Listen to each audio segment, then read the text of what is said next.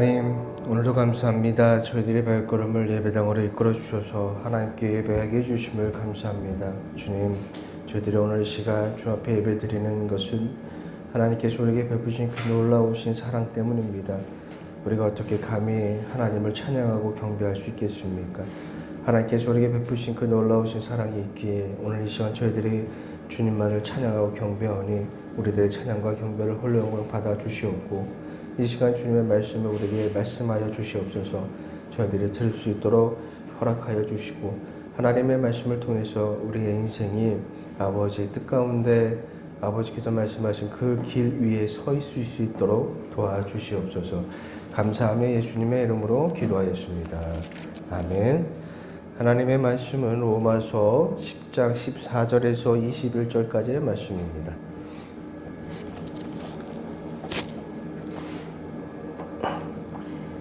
로마서 10장 14절에서 21절까지 말씀, 제가 한 절 여러분이 한 절 우리 서로 말씀을 교독하며 읽도록 하겠습니다. 그런즉 그들이 믿지 아니하는 일을 어찌 부리요, 듣지도 못하는 일을 어찌 믿으리요, 전파하는 자가 없이 어찌 들으리요. 신문을 받지 아니하였으면 없이 전파하리요. 이렇게 말하노도다 좋은 소식을 전하는 자들의 하리요. 그러나 그들이 다 복음을 순종하지 아니하였도다. 이사야가 이르되 주여 우리가 전하는 것을 누가 믿었나이까 하였으니, 그러므로 믿음은 들음에서 나며 들음은 그리스도의 말씀으로 말미암았느니라. 그러나 내가 말하노니 그들이 듣지 아니하였느냐? 그렇지 아니하니 그 소리가 온 땅에 퍼졌고 그 말씀이 땅 끝까지 이르렀도다 하였느니라.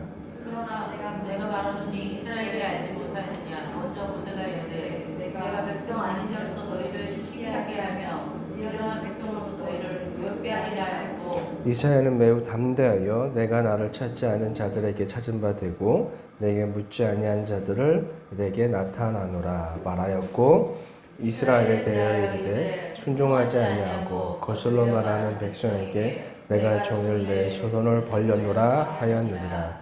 아멘. 말씀을 묵상하는 시간을 갖도록 하겠습니다.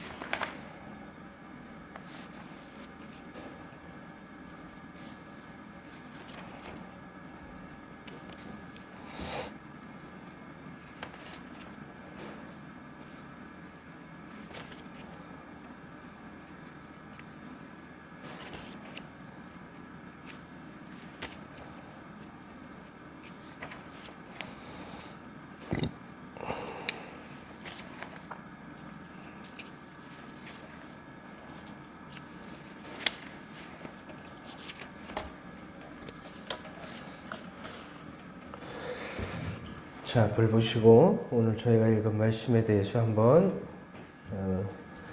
말씀을 나누도록 하겠습니다. 믿음은 말씀을 통해서 우리에게 주어집니다. 예수 그리스도에 관한 복음이 우리에게 전해질 때 우리 안에 믿음이 생기게 되는 것입니다. 예수 그리스도에 관한 복음이란 무엇이냐면 한마디로 말하면 십자가입니다. 하나님의 아들이신 예수 그리스도께서 인간의 몸을 입으시고 이 땅에 오셔서 우리 인간의 죄를 대속하여 십자가에서 죽으신 그 사랑, 그 은혜가 바로 복음의 핵심입니다.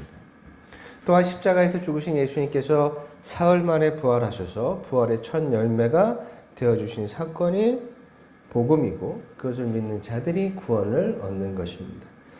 예수 그리스도를 믿는 믿는 사람은 누구나 구원을 얻습니다. 어떠한 조건도 없이 나의 죄를 대속하여 죽으시고 부활하신 예수를 믿으면 어떤 조건 없이 우리는 구원을 얻게 됩니다. 이 복음을 저와 여러분들은 어떻게 듣게 되셨습니까? 저 먼 나라, 여기서 이 대한민국 땅에서 아주 먼 곳에서 있었던 일들을 우리가 어떻게 듣고 어떻게 믿음을 가질 수 있었습니까? 먼저 복음을 알고 먼저 믿음을 얻은 믿음의 선배들이 그들의 선포를 통해서 우리가 듣게 되었고 이 소식을 알게 되었고 그 다음에 믿게 된 것입니다. 누군가가 전한 복음을 듣고 예수님을 믿어서 우리가 오늘 이 시간 함께 이 자리에서 예배를 드릴 수가 있는 것입니다. 자, 그럼 이제는 이 복음을 전하는 것이 우리의 차례가 온 것입니다. 이제는 우리가 누군가에게 복음을 전할 차례가 된 것입니다. 그래서 우리는 나가서 복음을 전해야 합니다. 예수님께서 부활하시고 하늘로 올라갔을 때 우리에게 마지막으로 하신 말씀을 저와 여러분은 반드시 기억하셔야 됩니다. 마태복음 28장 19절과 20절 말씀입니다.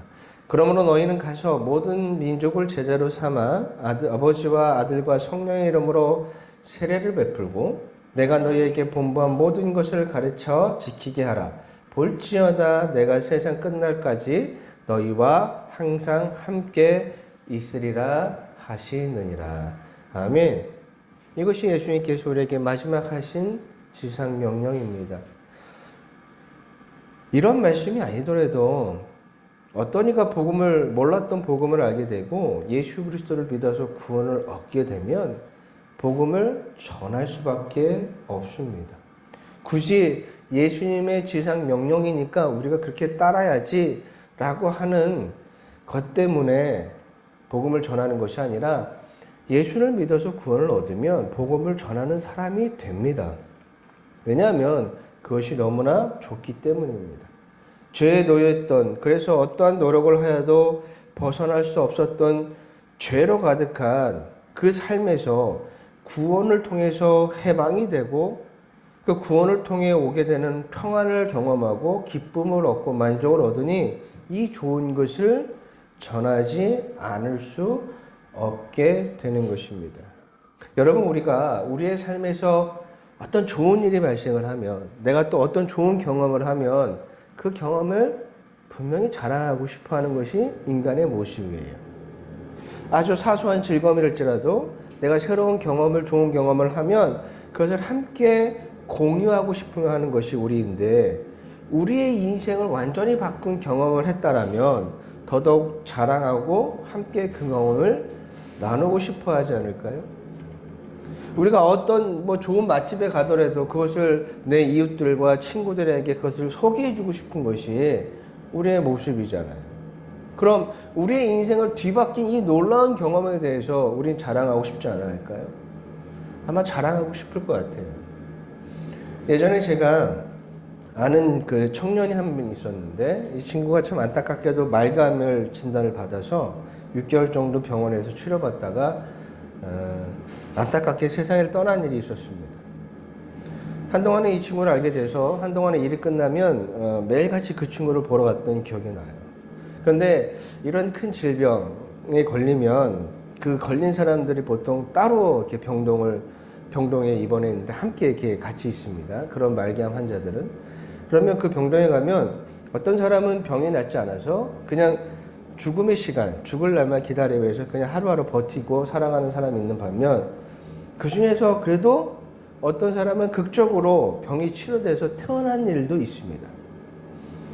어느 날, 그날로 이제 일이 끝난 후에 그 친구를 보기 위해서 병실에 갔는데 못 보던 여자분이 한 분 계셨어요. 행색을 보니까 병자는 아닌 것 같은데 알고 보니까 이분이 이 병원에서 이제 암 치료를 받고 1년에 한 번씩 검사를 하기 위해서 이제 호전이 됐기 때문에 퇴원을 하고 1년에 한 번씩 이제 몸이 상태가 어떤지를 검사하기 위해서 오늘 이제 와서 입원을 하게 된 거예요.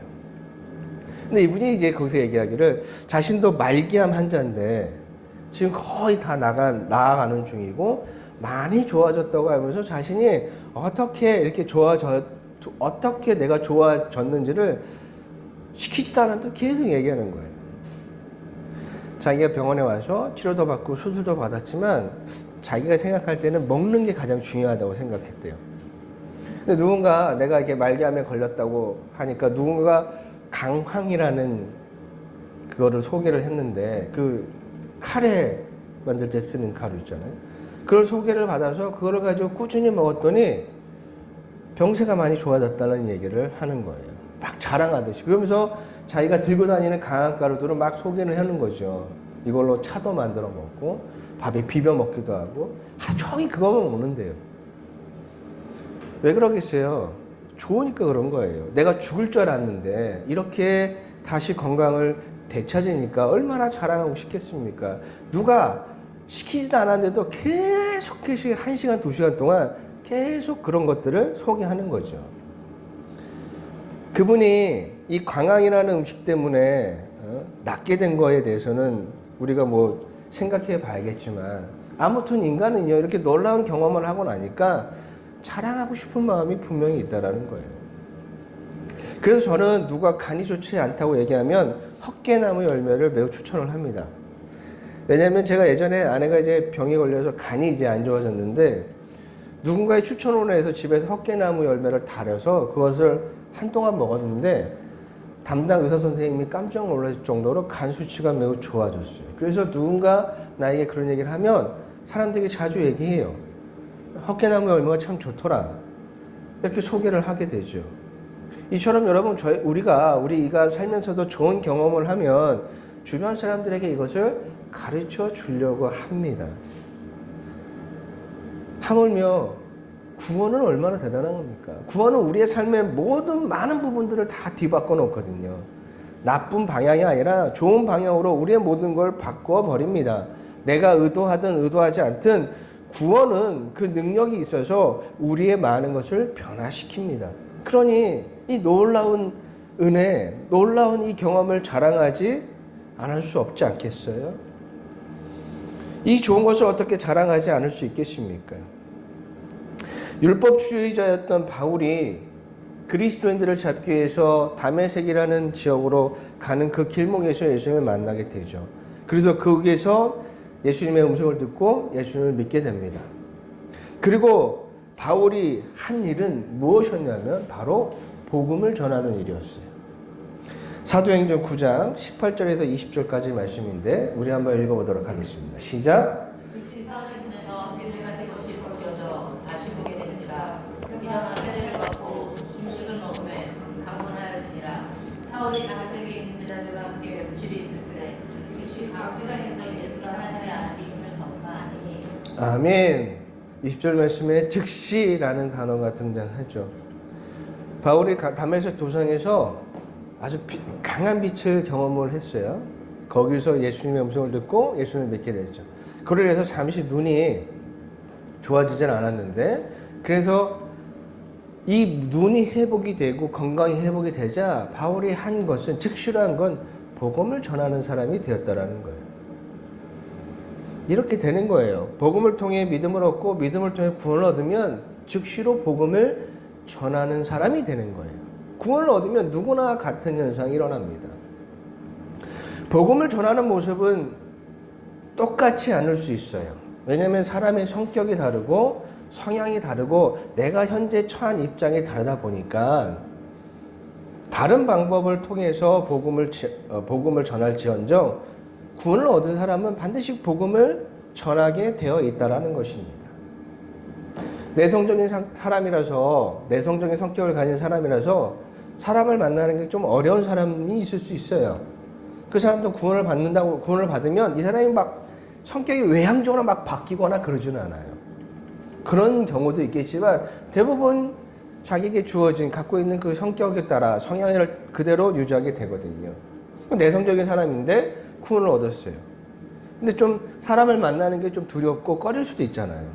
이럴 때는, 근데 그럼 어떻게 복음을 전할 수 있을까? 여러 가지 방법을 찾는 거죠. 내가 어려운 사람, 주변에 있는 내 지인들, 여전히 예수님을 모르는 사람들을 이름을 놓고 기도할 수도 있고, 요즘처럼 인터넷이 발달돼서 저처럼 블로그를 통해서 자기가 경험한 이 은혜들을, 구원의 은혜들을 나눌 수도 있고요. 또한 건강의 어려움으로 인해서 공간적인 제약이 있어서 병원에 있어야 되는 분들, 직접 사람들을 만나서 복음을 전할 수는 없잖아요. 하지만 이렇게 내가 어떤 상황 때문에 내가 뭐를 하지 못한다 할지라도 포기하지 않고 구원 얻은 사람은 어떻게든지 복음을 전하기 위해서 노력한다라는 것입니다. 뿐만 아니라 내가 드러내지 않아도 구원을 통해서 내가 그리스도의 향기를 얻는 사람이 되면 우리의 삶에서 그리스도의 향기가 분명하게 나타나게 되어 있다라는 것입니다. 고린도후서 2장 15절과 16절 말씀에요. 우리는 구원받은 자에게나 망하는 자에게나 하나님 앞에서 그리스도의 향기니 이 사람에게는 사망으로부터 사망에 이르는 냄새요 저 사람에게는 생명으로부터 생명에 이르는 냄새라 누가 이를 감당하리요. 아멘. 구원받은 자에게는 그리스도의 향기가 나타나요. 향기는 숨길 수 없습니다. 보이진 않지만 그 냄새를 숨길 수는 없어요. 바울의 말씀처럼 우리가 감추고 싶다고 해서 감출 수 있는 향기가 아니에요. 향기는 가만히 있어도 나타나게 드러나게 되어 있습니다. 이것이 바로 변화된 삶을 통해 나타나는 귀한 모습들이 분명히 주변 사람들에게 보여질 수밖에 없다라는 거예요. 예수 그리스도를 믿었더니 저 사람이 예수를 믿고 나서 뭔가 변화돼서 이전보다는 굉장히 행복해진 것 같고 이전보다는 삶에 평안해 보이고 굉장히 만족함을 삶을 살아가는 모습을 보면서 어떻게 저 사람이 행복할 수 있었을까? 어떻게 하면 저 사람이 평안한 삶을 살 수 있었을까? 어떻게 하면 저렇게 만족하는 삶을 살 수 있지? 그 향기를 보는 거예요. 구원은 우리의 행복한 삶을 사람들에게 향기롭게 보여주게 되어 있습니다. 그것이 구원의 능력이에요. 그래서 사람들로 하여금 그 향기에 묘로가 되어서 예수님을 찾게 만드는 거예요. 이처럼 예수님을 믿어서 구원을 받으면 그 사람은 복음을 전할 준비가 된 사람입니다. 그런데 내가 예수님을 믿는다고 얘기하고 구원을 받았다라고 생각하는데 복음을 전하지 못한다? 그러면 문제가 있는 거예요. 제가 예전에 한번 여러분에게 이런 이야기를 여러분에게 한 적이 있습니다. 나는 구원을 받았다고 생각하는데 단 한 번이라도 주위 사람에게 복음을 전한 적이 없다면 여러분의 신앙에 문제가 있음을 생각해 보라고 말씀을 드린 적이 있어요. 분명히 문제가 있습니다. 구원은 우리를 변화시키고 어떤 방식이든지 복음을 전하는 사람을 만드는데 내가 구원을 받았다고 생각하면서 단 한 번도 내가 복음을 소개해 본 적이 없다라면 나의 삶을 통해서 보여준 적이 없다고 한다면 정말 그것은 문제가 있는 신앙인 거예요. 구원은 우리로 복음을 전하는 사람으로 만들어줍니다. 이것은 내가 의도하든 의도하지 않든 그렇게 돼요. 그럼 여러분이 생각해 봐야 돼요. 나는 지금 복음을 전하고 소개하는 사람인가? 그렇지 못하다라면 정말 여러분의 믿음을, 여러분의 신앙을 반드시 점검해 보실 필요가 있습니다. 여러분, 우리가 지금 이곳에서 이 순간 이곳에 계신 이유, 여기에서 예배하는 이유, 여기에서 말씀을 듣는 이유는 다른 것 때문이 아니라 바로 구원 때문이에요. 받은 구원의 은혜가 저와 여러분을 예배하는 사람으로 만들었고 받은 구원의 은혜가 하나님을 갈망하는 사람으로 만들었기에 내가 오늘 이 시간 이곳에서 하나님을 예배하고 하나님의 말씀을 듣고 있는 것입니다. 만약 이런 이유로 예배에 참여하지 않았다면 분명 여러분의 신앙에는 문제가 발생했다는 것을 아셔야 됩니다. 그거를 기억하셔야 돼요. 구원을 얻으면 복음을 전하는 사람이 되는데 우리가 복음을 전하지 못한다? 그러면 복음을 전하지 못하는 이유에는 여러 가지가 있겠지만 가장 큰 이유는 구원을 모르기 때문인 거예요. 분명히 성경에서는 구원을 얻으면 복음을 전하는 사람이 되는데 내가 복음을 전하지 못하고 있다? 그럼 그 사람은 구원을 모르는 사람이기 때문이에요. 그럴 가능성이 매우 큽니다. 교회는 다니는데 구원을 알지 못하니까 어떻게 무엇을 전해야 될지 모르는 겁니다. 내가 뭔가를 경험을 해야 설명할 수 있는데 경험이 없으니까 설명할 수가 없는 거예요. 구원의 경험이 없으니 구원을 전하지 못하는 거예요. 구원을 경험해 보지 못하니 구원의 복음을 사람들에게 소개하지 못하는 거예요. 그러다 보니까 엉뚱한 이야기를 복음이라고 포장해서 그것을 전하는 안타까운 일들이 지금 우리 한국교회에서 벌어지고 있잖아요. 예수님을 믿으면 병이 낫더라. 신앙생활 잘하면 성공할 수 있다더라. 기도 열심히 하고 교회에서 헌신 봉사하면 큰 축복을 받았더라. 저 사람이 그렇게 되었더라 등등 복음과는 전혀 상관없는 그 이야기를 복음인 것처럼 사람들에게 말하는 이유는 단 한 가지예요. 몰라서 그렇습니다. 복음을 모르니까, 구원을 모르니까, 구원을 경험하지 못하니까 자신이 생각할 때 이것이 은혜고 이것이 축복이고 이것이 구원이라고 생각해서 그렇게 사람들에게 말하고 그것이 복음인 양 사람들에게 전하고 있는 겁니다. 그게 문제인 거죠. 다음으로 우리는 이렇게 생각할 수도 있어요. 그래요. 나는 교회를 오래 다니는데 구원을 잘 모르겠어요. 정말 구원을 얻고 싶어요. 나도 구원을 얻어서 은혜의 삶을 살고 싶은데 아무리 말씀을 들어도 내가 교회를 다녀도 믿음이 생기진 않습니다. 수십 년을 교회를 다녔는데 그래서 수많은 예배를 참여하고 말씀을 들었지만 당신이 말하는 것처럼 정말 구원이 뭔지 무엇인지 잘 모르겠습니다. 라고 말하는 사람이 있을 수 있어요. 그러겠죠? 그럴 수 있습니다. 하지만 그래도 구원에 대한 갈망을 가지고 있다면 참 그 사람은 귀한 사람입니다. 아예 구원에 관심이 없고 자신의 목적으로 예배를 드리고 자기 마음대로 자기 생각대로 신앙생활을 하는 사람도 많고 예배조차 하지 않은 사람도 많은데 그래도 구원에 대한 갈망이 있으니 그 사람은 귀한 사람인 건 분명합니다. 하지만 구원을 향한 갈망만으로 우리가 구원을 받을 수 있는 것은 아니죠. 자, 그럼 내가 왜 구원을 얻지 못하는지 또한 내 삶에 내 신앙에서 왜 내가 구원을 확신이 없는지를 한번 생각해 봅시다. 자, 말씀이 선포될 때 그 말씀을 통해서 믿음이 우리에게 생기고 그 믿음이 우리에게 구원을 이르게 하는데 자, 말씀이 선포되고 말씀을 들을 때 왜 내게 믿음이 생기지 않을까? 본문 17절 말씀이에요. 우리 함께 읽어보도록 하겠습니다. 시작. 그러므로 믿음은 들음에서 나며 들음은 그리스도의 말씀으로 말미암았느니라. 아멘. 믿음은 들음에서 나고 그 들음은 그리스도의 말씀에서 말미암다라고 말씀하고 계세요. 자, 여기서 중요한 건 듣습니다. 그런데 무엇을 듣고 있느냐가 중요합니다. 말씀을 듣기는 하는데 내가 지금 무슨 말씀을 듣고 있는지 그것을 생각해 보셔야 됩니다. 말씀이 선포되어요.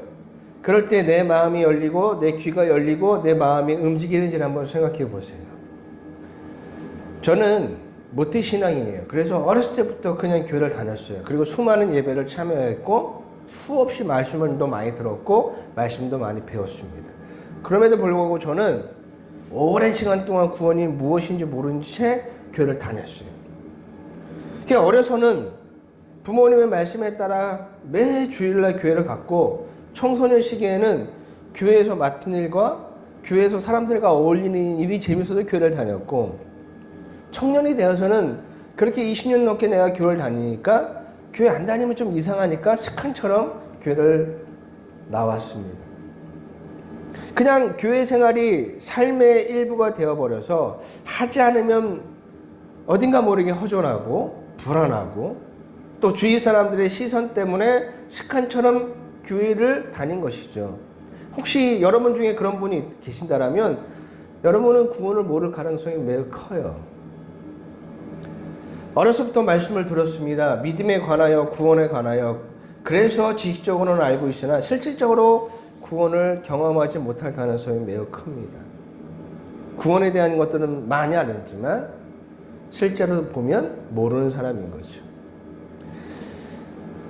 왜 그럴까요? 왜 그 수많은 말씀들을 들었음에도 불구하고 우리가 믿음이 생기지 않고 구원을 얻지 못한 것일까? 여러분, 구원의 출발이 어떻게 되는지 아십니까? 구원의 출발은 자신을 보는 것으로부터 시작이 됩니다. 말씀은 우리에게 말씀이 선포되었을 때 말씀은요 우리를 어디로 이끌어 가느냐면 내가 누구인지 자신이 누구인지 내가 어떤 존재인지 그것을 듣게 하고 알게 하고 깨닫게 만드십니다. 왜냐하면 그리스도의 복음이 우리를 그 시간으로 이끌기 때문인 거예요. 그리스도의 말씀은요 내가 어떤 사람인지, 내가 어떤 존재인지를 제대로 알게 하십니다. 그리고 거기서부터 믿음과 구원이 시작되는 거예요. 그래서 성경을 보시면 예수님을 만나 은혜를 얻은 사람들의 특징을 보면 자신이 어떤 존재인지를 깨닫고 고백하는 모습이 매우 많이 등장을 합니다. 누가복음 5장 8절부터 10절까지의 말씀, 8절부터 10절까지의 말씀이에요. 시몬 베드로가 이를 보고 예수의 무릎 아래 엎드려 이르되 주여 나를 떠나소서 나는 죄인이소로다 하니 이는 자기 및 자기와 함께 있는 모든 사람이 고기 잡힌 것으로 말미암아 놀라고 세베대의 아들로서 시몬의 동업자인 야고보와 요한도 놀랐습니다. 예수께서 시몬에게 이르시되 무서워 말라 이제 후로는 내가 사람을 취하리라 하시니. 아멘. 예수님을 만나니 그 사람이 어떻게 돼요? 자신이 죄인이라는 사실을 깨닫습니다. 여기서부터 구원이 시작되는 거예요. 왜 이것이 죄인을 깨닫는 게 왜 이렇게 중요하냐? 누가복음 5장 31절과 32절 말씀 우리 한번 읽어보도록 하겠습니다. 시작. 예수께서 대답하여 이르시되 건강한 자에게는 나가 쓸데없고 병든 자에게야 쓸데있나니 내가 의인을 불러온 것이 아니요 죄인을 불러 회개시키러 왔노라. 아멘. 여러분, 예수님이 이 땅에 오신 이유가 바로 죄인 때문이거든요. 그래야 자신이 죄인이라는 사실을 깨닫는 사람만이 예수 그리스도의 그 구원에 이를 수 있는 거예요. 자신이 죄인이라는 걸 알고 깨닫는 자가 구원을 얻게 되는 겁니다. 자신이 어떤 존재인지를 제대로 알아야 돼요. 그리스도의 말씀은요, 우리를 자신이 어떤 존재를 깨닫는 자리로 우리를 이끌거든요. 근데 우리가 거기까지 가질 않아요. 말씀을 수없이 많은 말씀을 들었음에도 불구하고 여러분 안에 믿음이 생기지 않는 이유, 여러분이 구원의 확신이 없는 이유는 말씀은 우리를 자신을 깨닫는 자리로 계속 이끌어 가는데 우리는 그 자리로 가려고 하지 않습니다. 그리고 우리는 말씀을 통해서 뭘 찾고 있냐면 내가 원하는 소리만 듣고 있어요. 어떻게 하면 내가 이 땅에서 잘 살 수 있는지, 어떻게 하면 이 땅에서 내가 원하는 것들을 다 이루며 살 수 있는지, 어떻게 하면 내가 성공적인 삶을 살 수 있는지, 성공의 방법만 관심이 있을 뿐 자신을 깨닫는 그곳으로는 가려고 하지 않아요. 여러분, 복음을 통해 무엇을 추구하고 계세요? 여러분의 신앙생활을 통해서 여러분이 얻고자 하는 게 도대체 무엇입니까? 그걸 제대로 고민하셔야 돼요. 때로 자신이 얼마나 나약한 존재인지를 깨닫는 시간이 있기는 합니다. 어느 때 우리가 내가 나약한 존재다, 부족하다, 내가 얼마나 힘이 없는 존재라는 걸 깨닫습니까? 힘들 때 깨달아요. 내 힘으로는 도저히 내가 가지고 있는 내 앞에 닥쳐온 이 문제를 해결할 수 없을 때 그때 사람은요, 자신이 얼마나 부족하고 나약한지를 알게 됩니다. 평상시에는 잘 몰라요. 평상시에는 뭐 자기 마음대로 막 사니까 자기 뜻대로 뭐 이루어지고 하니까 잘 모르다가 정말 자신의 힘으로는 할 수 없는, 해결할 수 없는 그런 문제가 딱 생기면 그때 자신의 부족함을 깨닫고 기도라는 것을 사람들이 하죠. 근데 문제는 여기서 발생을 합니다. 자신의 부족함을 깨닫고 나를 구원하여 줄 예수 그리스도를 바라보는 것까지는 좋아요. 그런데 문제는 거기서 이 문제 앞에서 내가 나의 진정한 구원을 찾기보다는 지금 당장 내 앞에 놓인 문제 해결에만 관심을 가지고 있다는 것입니다. 하나님께서는 우리에게 문제를 던져주시는 이유가 있어요. 하나님께서 우리를 문제를 던져주시는 이유는 우리의 나약함, 우리의 연약함, 우리의 부족함을 깨닫게 하기 위해서인데 아쉽게도 그 시간을 통해서 우리가 이 나약함의 시작, 나의 이 불안한 인생의 시작, 내 연약함의 시작이 죄 때문이구나 라는 것을 깨달으면 정말 좋은데 그것을 깨닫기보다는 지금 당장 나를 괴롭히는 이 문제를 해결해 주기를 원하며 그런 기도만 하기에 급급하다는 거예요. 우리는 지금까지 그렇게 신앙생활을 했습니다. 문제가 생기면 나의 부족함과 연약함, 나약함을 깨닫고 하나님 앞에 무릎 꿇고 기도는 시작하죠. 근데 진짜 문제는 바라보지 않고 지금 당장 내 앞에 있는 문제, 내 힘으로 해결할 수 없는 그 문제를 가지고 가서 하나님의 힘을 빌려보고 싶을 뿐인 거예요. 그래서 너무나 아쉬운 겁니다. 저도 참 열심히 기도했어요. 저도 모태 신앙인으로서 여러분 안 해본 기도가 없습니다. 뭐 처자 기도도 해봤죠. 작정 기도도 해봤죠. 뭐 100일 작정, 30일 작정, 새벽 기도도 해봤고 산에 가서 기도도 해봤고 금식 기도도 해봤어요. 수많은 시간, 수많은 방법으로 기도해봤습니다. 그러다가 방언을 받아서 방언 기도를 해본 적이 있어요. 근데 문제는요, 그 많은 시간을 내가 기도했지만 대부분의 기도의 내용은 내 앞에 놓여있는 문제 해결에만 초점이 맞춰져 있었다는 거예요.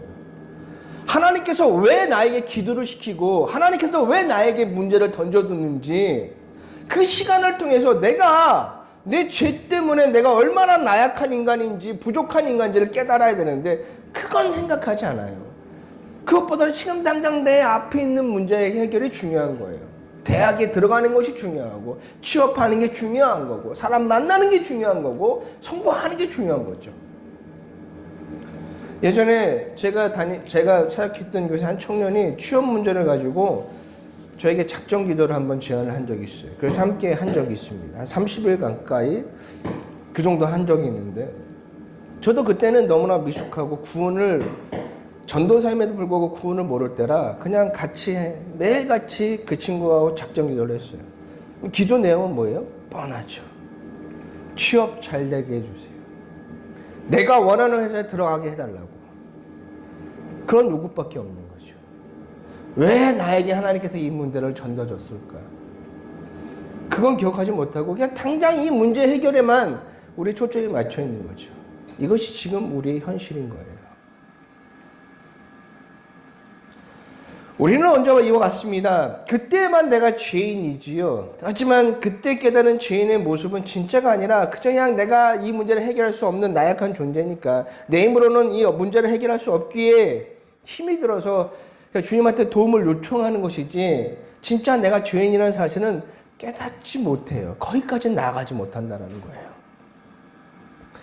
제가 오랜 시간 학생들과 청년들과 함께 사역하면서 느낀 점이 있다면 모태 신앙일수록 그 다음에 성향이 율법적인 사람일수록 자신이 죄인이라는 사실을 그렇게 뼈저리게 느끼지 못한다는 것입니다. 교회를 오래 다니고 하나님을 오래 알고 말씀을 많이 들었으면 더 깊이 자신이 얼마나 큰 죄인인지를 깨달아야 되는데 보통 그렇지 못하다는 거예요. 왜냐하면 솔직히 보면 크게 잘못한 게 별로 없거든요. 사회적으로. 어렸을 때부터 교회는 다녔어요. 그리고 말씀도 많이 듣고 배운 대로 율법적으로 도덕적으로 착실하게 성실하게 살았습니다.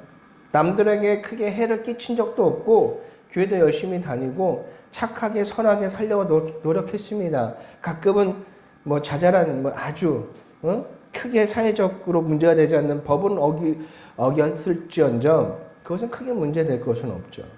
그러다 보니 자신이 얼마나 큰 죄인이라는 사실을 잘 인지를 못해요. 교회에도 열심히 다니고 교회 생활도 열심히 하고 사회에서는 도덕을 잘 지키는 그런 학생이고 그런 사람이고 열심히 착하게 사니 솔직히 내가 그리 큰 죄인이라는 것을 잘 느끼지를 못합니다. 자각을 못해요. 이런 것은요 꼭 교회를 오래 다닌 사람뿐만 아니라 세상에 나가도 교회를 다니지 않는 그런 불신자도 마찬가지예요. 이 땅에 사는 대부분의 사람들은 정말 청실하게 착실하게 되도록이면 사회 규범을 지키려고 노력하잖아요. 큰 흠 없이 살아갑니다. 그래서 그들에게 당신은 죄인입니다 라는 말을 전하면 그들은 거부감을 가지고 우리의 말을 들으려 하지 않는 거예요. 그래서 문제인 거죠. 사회적으로 죄인은 법을 어긴 사람인데 그래서 우리 사회에서는 죄인을 그런 사람들 법을 어긴 사람들을 죄인이라고 하지만 성경에서 말씀하고 있는 죄인은 단순히 사회 법을 어긴 사람만이 아니지 않습니까? 하나님에서 벗어난 사람, 하나님의 뜻에서 벗어난 사람, 하나님의 말씀에서 벗어난 사람들이 다 죄인인 거예요. 아담의 범죄로 해서 이 땅에 태어난 모든 인간은 죄인일 수밖에 없습니다.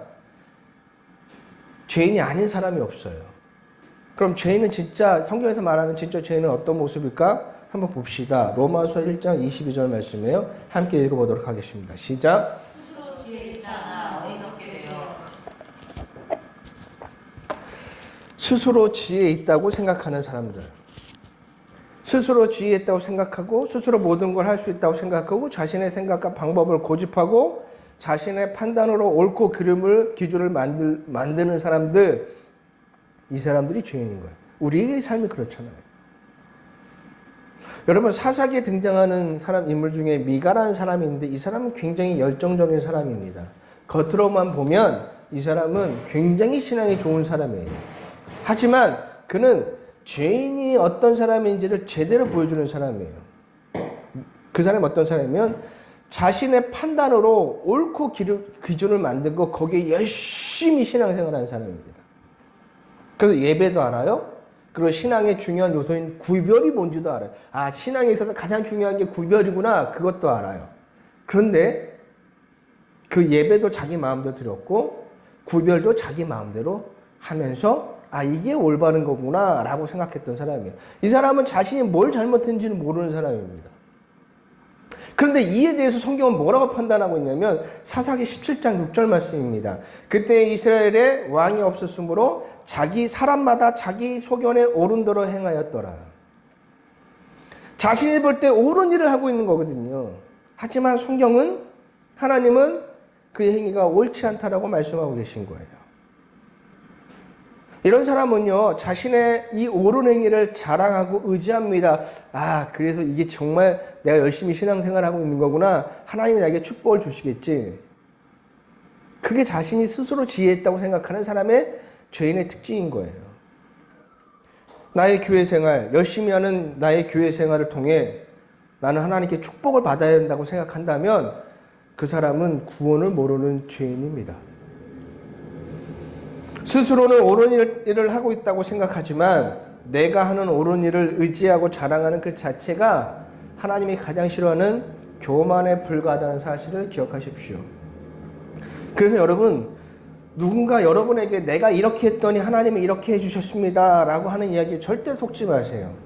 이건 자기의 옳음을 자랑하고 의지하는 거거든요. 이건 믿음이 아니에요. 이 사람은 구원을 모르는 사람입니다. 또한 로마서 1장 24절에는 이렇게 말씀합니다. 그러므로 하나님께서 그들을 마음의 정욕대로 더러움에 내버려 두사 그들의 몸을 서로 욕되게 하게 하셨으니, 자기의 욕심대로 자기 욕망대로 살아가는 모든 자, 그게 다 죄인이죠. 우리들의 모습인 거예요. 이기적인 사람. 그런데 사람 중에 자기의 그 이기심, 자기를 향한 그 이기심을 이길 수 있는 사람이 얼마나 있습니까?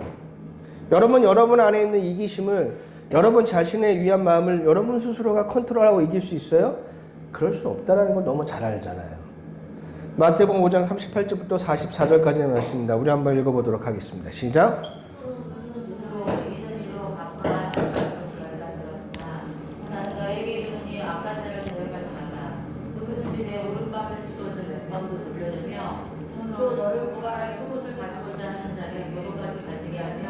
또 누구든지 너로 하거든 그 사람과 심리를 동행하고 내게 구하는 자에게 주며 내게 꾸고자 하는 자에게 거절하지 말라. 또 이웃을 사랑하고 내 원수를 미워하라 하였다는 것을 너희가 들었으나 나는 너에게 이르노니 너희 원수를 사랑하며 너희 박해하는 자를 위하여 기도하라. 아멘. 할 수 있습니까? 할 수 없어요. 이것을 할 수 없다고 할 수 있는 사람은 없다라고 대다수 사람들은 생각하면서 할 수 없는 것을 대수롭지 않게 생각하는 것, 그 사람들 다 죄인이에요. 하나님의 말씀을 내가 어기는 것, 순종하지 못하는 것을 대수롭지 않게 생각하시면 안 돼요. 내가 이 예수님의 말씀에 순종할 수 없다는 것에 우리는 가슴 아파야 됩니다. 여러분, 가슴 아프다는 것이 무슨 의미예요? 심장이 아프다는 거예요. 심장이 아프면 어때요? 가슴이 죄어옵니다. 너무 힘들고 괴로우면 가슴이 막 죄어오는 고통이 우리에게 찾아옵니다. 그래서 우리가 옛날부터 우리 어머니들 모습 보면 막 화가 치밀 때 뭘 해요? 가슴을 막 치잖아요. 왜냐면 여기 가슴이 막 죄어오는 고통이 찾아오거든요. 너무 슬프면, 너무 괴로우면, 너무 억울하면. 그래서 유대인들도 막 억울하면 막 가슴을 막 쳤어요. 그게 동서양을 막론하고 다 똑같은 것 같아요. 인간은 똑같으니까. 그래서 여러분 구원을 받으면요 이렇게 돼요. 주님의 말씀을 따라가지 못하는 자신의 모습에 가슴을 치며 막 웁니다. 그냥 내 앞에 사회적 실패가 찾아왔다고 막 우는 거 아니라 정말 구원받은 사람은 뭐 때문에 우냐면 내가 주님의 말씀에 온전히 따르지 못하는 것에 가슴 아파하고 굉장히 아파해요. 그런데 죄인은 이런 일들을 대수롭지 않게 여깁니다. 아쉬운 건 있으나 아파하진 않아요. 교회 오래 다닌 사람들, 모태신앙인들, 율법적인 사람들 그렇게 율법 따지면서도 이런 말씀에 정말 가슴 아파하십니까? 그렇지 않잖아요. 그냥 어쩔 수 없는 것으로 치부해 버리잖아요. 교회 오래 다녔다고 해서 이런 일에 가슴 아파할 수 있을까요? 아니에요. 교회는 다니지만 그래서 우리들의 모습을 보면 우리는 오랫동안 내가 할 수 있는 일과 내가 할 수 없는 일을 구분해 놨어요. 그리고 내가 할 수 있는 일에 대해서는 되게 열심히 합니다. 그리고 그것으로 내 신앙의 모습을 판단합니다. 그리고 하지 못하는 일도 많지만 그래 그건 어쩔 수 없는 것으로 치부해버리고 내가 열심히 한 것으로 안도하는 신앙생활을 교회생활을 한다는 거예요. 그러니 오랫동안 신앙생활하고 있음에도 불구하고 여러분 이 말씀이 우리에게 던져지는 이유는 뭐냐면 너의 진짜 모습이 무엇인지 보라는 거예요.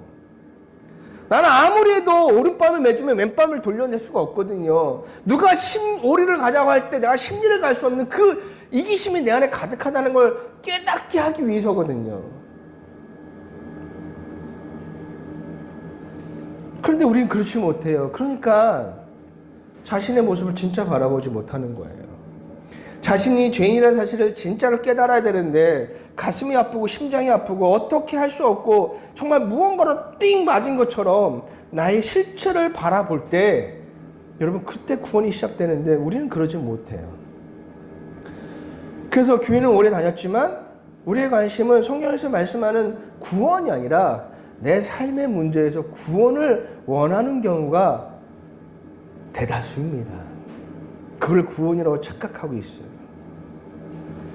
그런데 여러분 왜 죄의 모습에 구원받은 사람이 그리고 구원받을 사람들은 가슴이 죄오는 고통을 왜 느끼는지 아십니까? 하나님이 그러시기 때문이에요. 창세기 6장 6절 말씀입니다. 한번 읽어보도록 하겠습니다. 시작.